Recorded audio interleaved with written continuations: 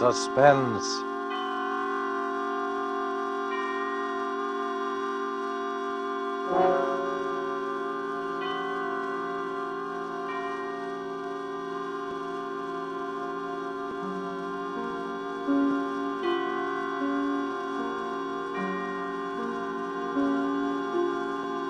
This is the Man in Black, here again to introduce Columbia's program, Suspense. Heading our starring Hollywood cast tonight is Mr. Laird Cregar, who will be seen shortly in the 20th Century Fox production of one of the great suspense stories of all time, The Lodger. Tonight, Mr. Cregar appears as a cynical gentleman who made an unusual bet with death.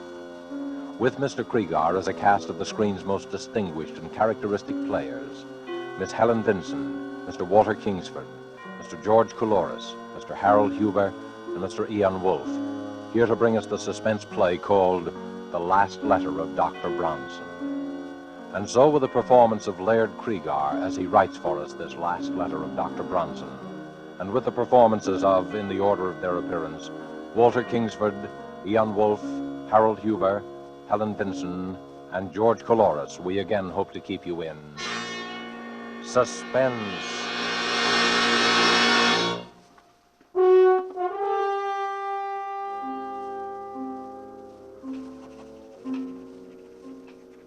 My dear Dr. Mosher, forgive me if I dash this letter off rather hurriedly. There are but a very few minutes remaining for me. The few minutes between now and midnight. You have always protested my fascination with the subject of death. It irked you to hear me discuss the latest electrocution or hanging. I remember your sarcasm the day you found me staring down from the top of the Empire State Building, speculating on the thoughts of a man about to leap from that pinnacle. You alone, Mosher, know how this fascination led to my latest experiment. I should say, my last experiment. I promised you a complete account of it all. Here is that account. First of all, let me recall a conversation which we held here in my study a little over a year ago. There you go again, Bronson. Death and murder. Really, you're unhealthy. Please answer my question, Mosher. Why do men behave as they do? What keeps them from breaking loose? Why don't they kill one another as animals do? Why, because they aren't animals. But, my dear Mosher, being neither vegetable nor mineral, they must be animals. Well, what I mean that is... you do not know the answer. I do. So? I have been studying the question for some time, and I've concluded that there are 5 basic checks which serve to restrain man from murdering his fellow man. Oh, really, Bronson? The obvious corollary is that murder occurs only when some stronger drive overrides these 5 basic checks. Oh, you make it sound very simple. It is simple. And what are these 5 basic checks? Well, I'm not prepared to reveal the outcome of my study as yet. I must put my theory to the test. That would seem to be a difficult undertaking. Difficult, yes, but intriguing. Oh, well, I take it you're about to embark upon another of your experiments. Correct. Bronson, why must you keep on? These studies invariably bring you some physical, or what is more dangerous, some nervous disaster. And in turn, your handsome bill for putting me in shape to conduct the next. Sooner or later, you will experiment yourself into a position beyond my power to aid you. Let it be later, then. Meanwhile, I shall continue to pursue my sole interest in life. And how do you propose to conduct this restraint from murder experiment? Well, a murder is composed of 4 elements. The murderer, the motive, the opportunity, and the victim. My first step will be to select 5 men, each of whom will be restrained from murder by the particular check that I'm testing on him. That's no easy task. By no means. It will require an extensive search. But having found my men, I must then supply each with a motive. Greed, revenge, jealousy. I see, and your next step must be to give each man an opportunity. Precisely. An opportunity which precludes all checks but the one being tested. Well, not knowing what your checks are, I can't help you there. Well, that'll be relatively simple. And finally, I must supply an intended victim. And you'll ask this victim to face 5 men, each standing to profit handsomely by murdering him? Correct. His only chance of survival being the correctness of your theory of checks in all 5 instances? Yes. And do you imagine you will discover a man with such utter confidence in your reckoning? There is one such man. Who? Myself. Bronson, this is folly. No, Mosher. I never hesitate to risk high stakes on a sure thing, not even my life. Now, look here, Bronson. You're a doctor yourself. You told me to speak to you like a Dutch uncle. Now, as your physician, I haven't advise... consulted my physician. But you will take precautions, provide yourself for emergencies. I tell you, there's no danger. Oh, well. Well, when will you begin your experiment? Well, I suppose in about... Well, why wait? Why don't we begin right now? Moshe, I invite you to kill me. What? There's a revolver right here in my desk, and I want you to take this revolver... Oh, you're joking, Bronson. What possible motive could I have for murdering you? Motive? Why, we're known to be associated rather closely in our work. You'll come naturally into my entire practice. I'll put that in writing. Why, it's preposterous. Why? Why won't you kill me then, Moshe? Why, there are dozens of reasons. In the first place, I'd go to the electric chair for it. Thank you, Dr. Moshe. You've given me an admirable illustration of the first and most obvious of the 5 checks in my theory. Man refrains from murdering his fellow being because he himself will be killed by law.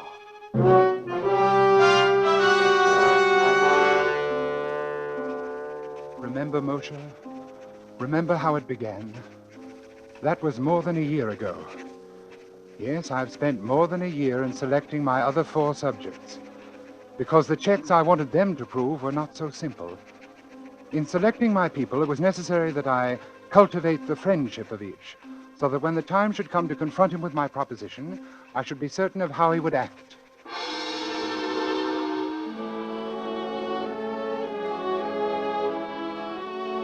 The first of my 4 potential murders was a clerk named Totten.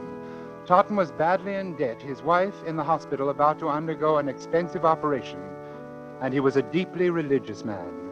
We went to church together on Sunday evenings at St. Luke's, right around the corner from my apartment.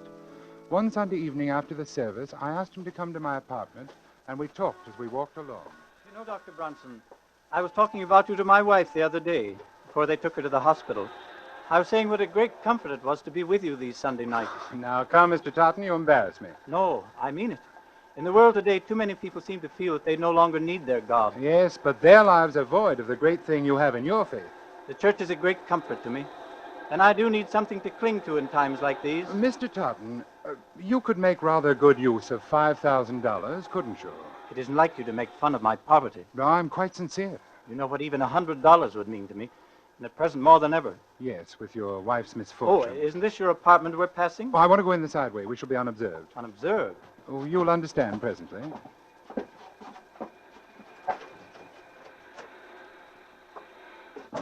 Please, come into my study.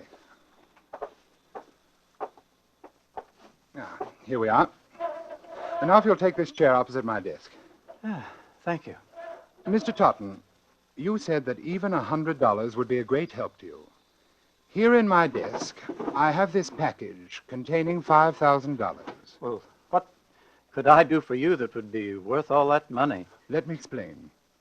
My doctor called on me yesterday, and he told me, well, to be quite frank with you, Mr. Totten, he said that I was slowly going mad. Oh, no, that couldn't be. I'm quite all right at present, but it's only a matter of time, and I'd rather not have to face it.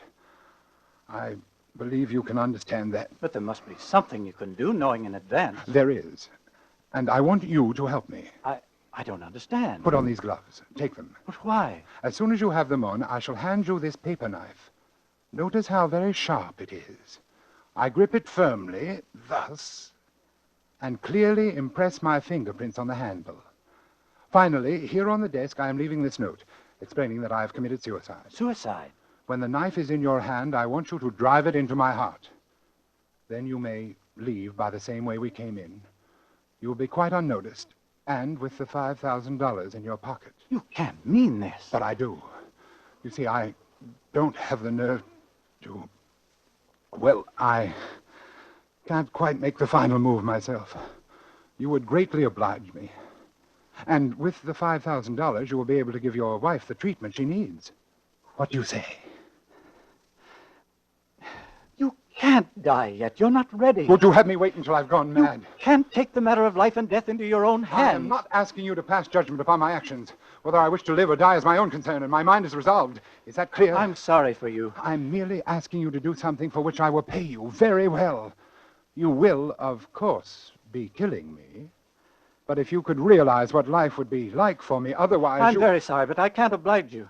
If it's the law you fear... No, it's not that. You seem to have arranged that perfectly. Then what is it? I'm an honest Christian, and I thought you were, Dr. Bronson. If you don't understand why I can't do this monstrous thing, I suggest you look up the 6th commandment. Good night.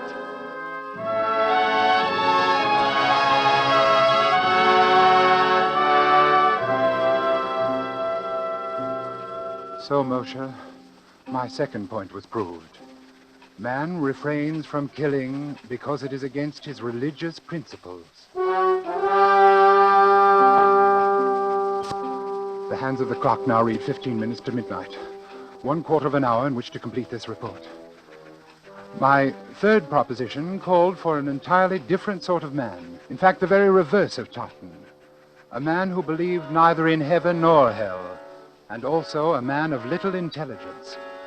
It required careful search. For a number of nights, I frequented the rougher districts of the city. At first, I had no luck. Then one night, I came upon my man very unexpectedly. I was walking along one of the darker streets. There was no one in view.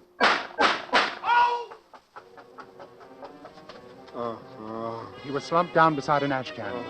He'd been shot in the chest and left arm, severing an artery. He was bleeding profusely.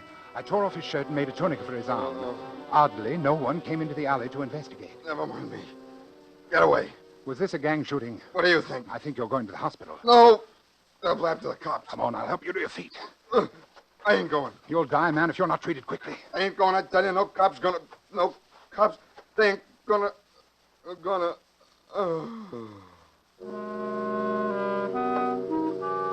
His name was Matt Doyle.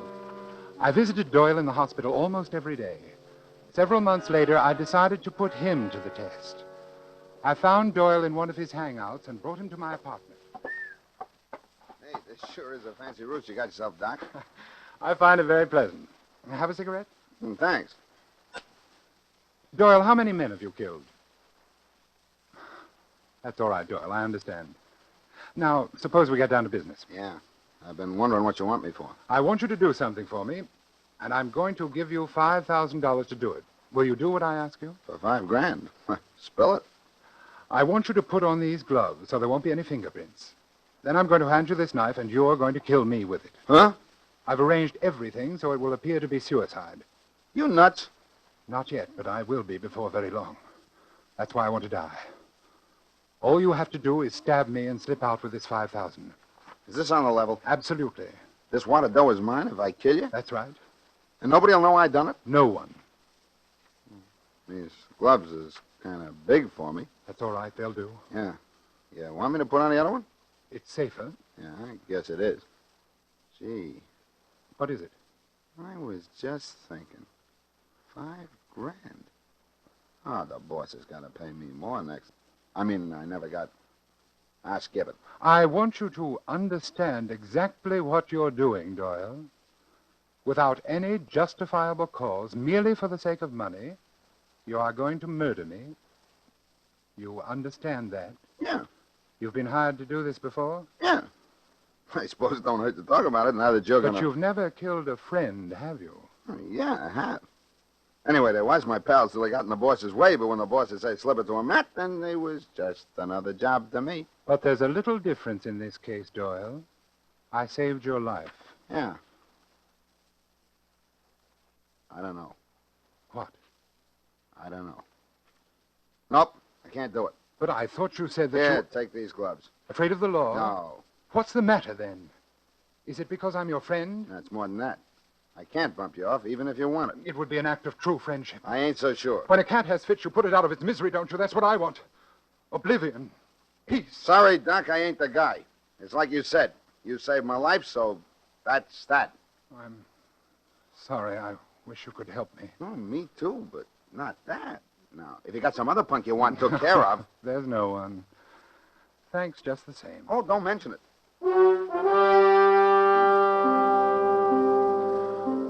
There was my third proposition. Man will not kill fellow man if a sufficient degree of gratitude has been invoked. Even a professional killer and one of the lowest examples of human life, such as Doyle, could not bring himself to murder his benefactor.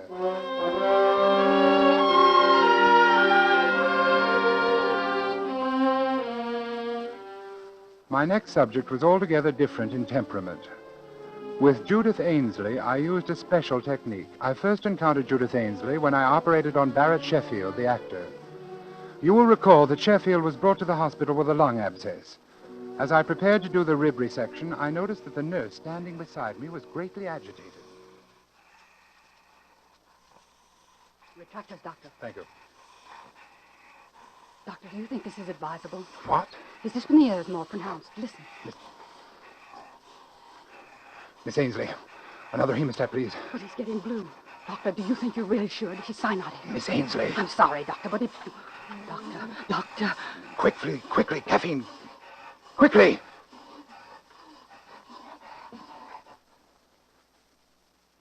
Stethoscope. Here it is.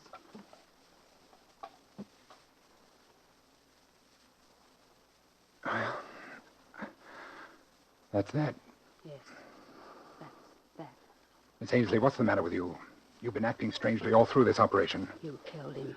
You killed him. You shouldn't have gone ahead. You know that. I warned you. I shall see to it, Miss Ainsley, that you are never assigned to one of my cases again. What's the matter with you, anyway? Have you never seen a pulmonary before? Or does it upset you to see a handsome actor like Barrett Sheffield die? Yes, it did. Oh? Yes. We were going to be married next week.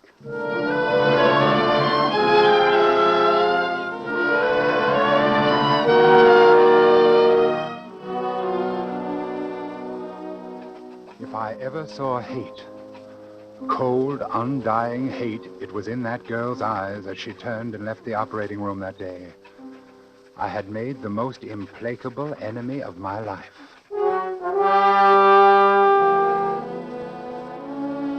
As I come to my third check, dear Mosher, it suddenly occurred to me that Judith Ainsley was the perfect subject. One day at the hospital, I inquired about Miss Ainsley and learned that she had done 4 years of medical and was now interning at Cedars of Lebanon in hope of picking up a resident fellowship. I went down to the hospital and sat in the doctor's lounge waiting for her. Presently, she came in with another intern. I stood up. She turned and looked at me. I saw again in her eyes that inexorable hate. She had never forgiven me for what she felt was my negligence in the death of the man she loved. I walked toward her. Excuse me, please. I see you remember me, Miss Ainsley. Yes, will you excuse me, Miss please? Ainsley, you may not believe this, but I've come here especially to talk to you today. To talk to me, Dr. Bronson? Yes. Come along with me, please. In this treatment room, please. We can talk privately. Dr. Bronson, I don't think there could be anything you and I can say to each other. Well, now, Miss Ainsley, that all depends. That all depends. Sit down, won't you? Miss Ainsley... Dr. Ainsley, if you please. Oh, yes, of course. Doctor, I have a little proposition to make to you. First of all, there are 2 facts I'd like to be sure of. A, you are unable to set up your own practice because you don't have the money to get started. Is that right? I don't see what business that is of yours, but it happens to be true. Fine. Fact B, you still hate me and feel a strong desire to be revenged for the wrong which you consider I have done you. Yes, I'm afraid that's true, Dr. Bronson. Good. Good? Yes. You see, I want to pay someone to murder me. And I think you'd enjoy it more than anyone, and you need the money, too. Dr. Bronson, I'm very busy. There's a patient in 302. Will you... Wait a moment, Dr. Ainsley. I'm perfectly serious. Absolutely serious. You want to die? Yes. You see, I'm going mad. I can't face it. I wish to end my life immediately. You're smiling. Good, you're interested then. You going mental, Doctor? Paresis? Yes. Hopeless. I've been to 5 or 6 men about it. Are you far gone? Hallucinations? Delusions of grandeur? Yes, advanced stages. Agony. Yes, it must be quite a temptation to get it over with. I wonder what I would do if it happened to me. I want you to understand, Doctor, that I'm not asking you to perform a crude murder. This would look like a simple error, unavoidable. There would not be the slightest aspect of homicidal intent. Really? That's most interesting, Doctor. Go on. My heart. I've had considerable damage. Coronary occlusion. Had to spend some 6 weeks on my back. Just got up last week. Naturally, I was given digitalis. Oh, I see, Doctor. You've been heavily digitalized, and if someone were to give you an injection of calcium gluconate, you would have an immediate heart block, dead within a few minutes. Exactly. I must compliment you, Dr. Ainsley. You've learned a great deal. What a pity you can't have your own practice. And that, of course, reminds me. Ah, another inducement? Of course. I plan to pay you the sum of $5,000 for your professional services in this matter. And I think, unless times have changed greatly since I've been in practice myself, you ought to be able to set up handsomely with that. My own practice. You'd better be careful, Doctor. You may tempt me a little bit too far. I thought you'd find it an attractive proposition. It will be only an error. I will say that I'm feeling badly again, a recurrence of my pericardial pains. I'll go back to bed and ask that you be assigned to my case. The rest is simple. No one would ever expect you to know that I'd been digitalized. Still, if I were on my toes, I would naturally go over your case history before giving medication of any kind. Well, yes, I suppose that's true. Professional people might think you had been a little lax. Might not have the highest regard for a new doctor who launched her career with such an unprofessional incident. Just a slight stain on your reputation for just a short while. You're very clever, Doctor. You knew that would do it, didn't you? I want to thank you. You've done me a great service. You mean you'll do it? You've reminded me that nothing, no money, revenge, nothing, can be worth the slightest suspicion in a doctor's career. I've worked too hard. I've waited too long for my practice. When I get it, it won't be soiled by any single act of carelessness. They'll never say that I lost any patient because of an error in judgment. You see, I once knew a doctor who did.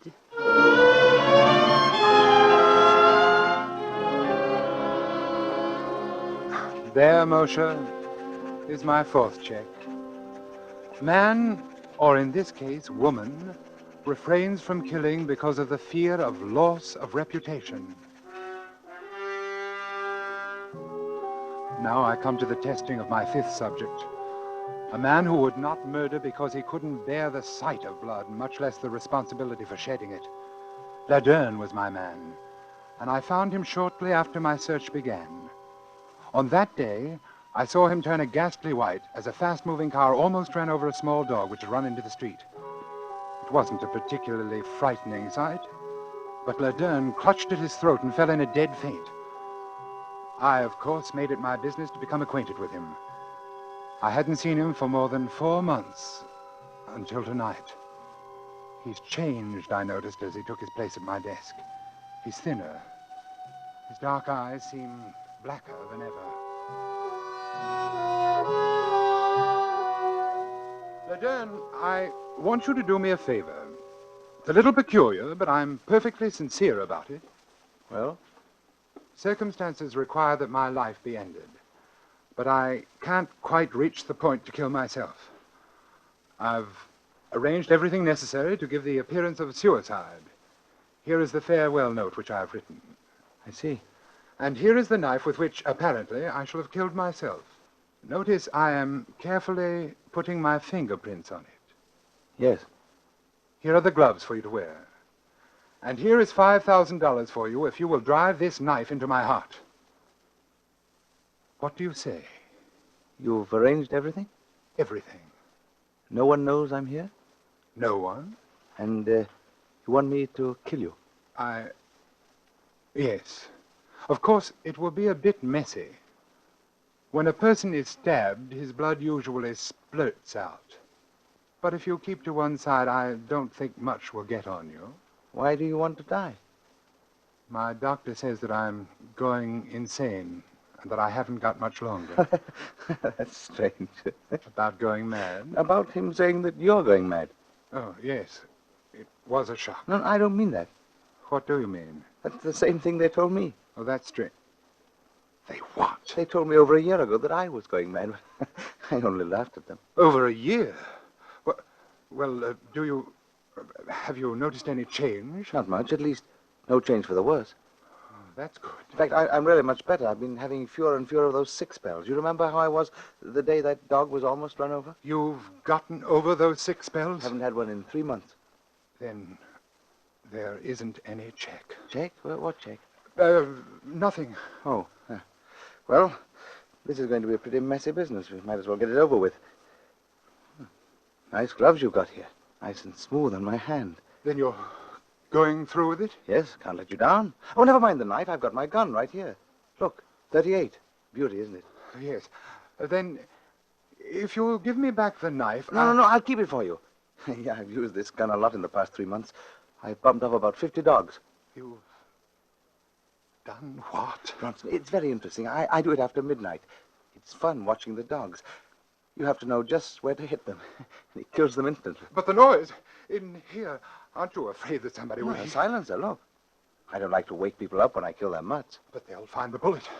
They'll trace to your gun. They're sure to get you. In a suicide, the weapon stays right beside the body where it falls. Suicide? Who says this is suicide? It's murder. I'm going to murder you. That's what you asked me to do. Look here, Ledern, this has gone far enough. I was only joking. I don't want you to kill me. 5,000, eh? All here. Listen to me, I was only joking. You ready? Ledern! Shall I shoot now? No, wait! You want it through the heart or brain? Not yet. Can't you wait? Just a little while. Wait, what for? Well, I've been conducting a little experiment. I'd like to write an account of it before I go. Oh, what sort of an experiment? I don't think you'd understand. Oh, okay. I'll wait. Till midnight. Then I've got to go. There's a German police dog I've been wanting to get. A big, ugly brute. It'll be fun. Yes. I'll wait. Thank you. The clock says 10 minutes past 11. Yes. You've got 50 minutes. I'll wait by the window.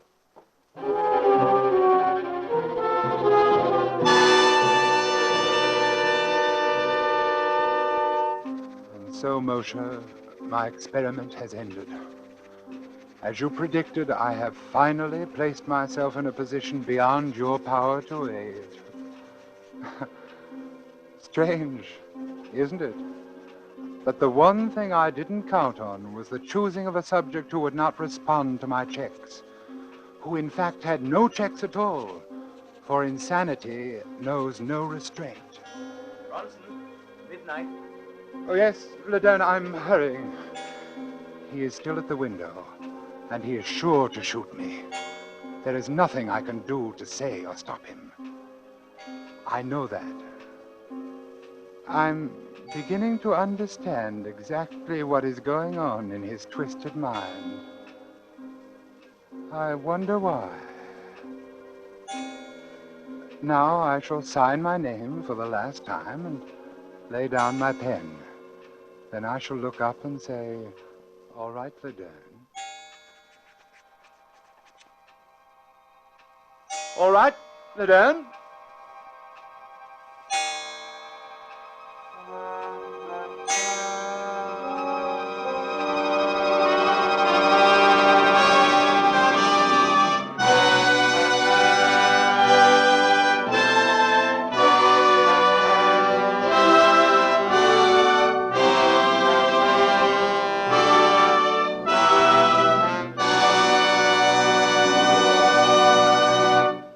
So closes the last letter of Dr. Bronson, tonight's tale of Suspense. In our Hollywood cast tonight, Laird Krieger played Dr. Bronson. Walter Kingsford played Dr. Mosher. Ian Wolfe was Mr. Totten. Harold Huber played Doyle. Helen Vinson was Nurse Ainsley. And George Coloris played Ledern.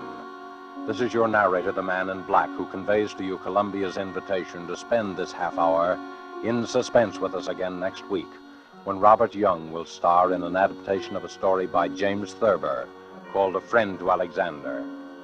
The producer of these broadcasts is William Spear, who with Robert Louis Cheon, guest director, Richard Paulette Craik, author, Lud Gluskin and Lucian Marowik, conductor and composer, collaborated on tonight's Suspense. This is the Columbia Broadcasting System.